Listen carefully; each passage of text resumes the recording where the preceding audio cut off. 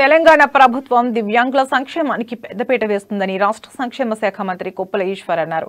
జగిత్యాల జిల్లా కేంద్రంలోని మినీ స్టేడియంలో 40 మంది దివ్యాంగులకు రిట్రోఫిటెడ్ 3 చక్రాల మోటార్ వాహనాలను ఉచితంగా పంపిణీ చేశారు. ఈ సందర్భంగా గతంలో దివ్యాంగులకు సంవత్సరానికి 5 కోట్ల బడ్జెట్ ఉంటే తెలంగాణ ప్రభుత్వంలో 10 రెట్లు పెంచి సంవత్సరానికి 60 కోట్లను కేటాయిస్తున్నామని వెల్లడించారు. దేశంలోని ఏ రాష్ట్రంలో లేని విధంగా దివ్యాంగులకు నెలకు 3000 పెన్షన్ ఇస్తున్నామని పేర్కొన్నారు.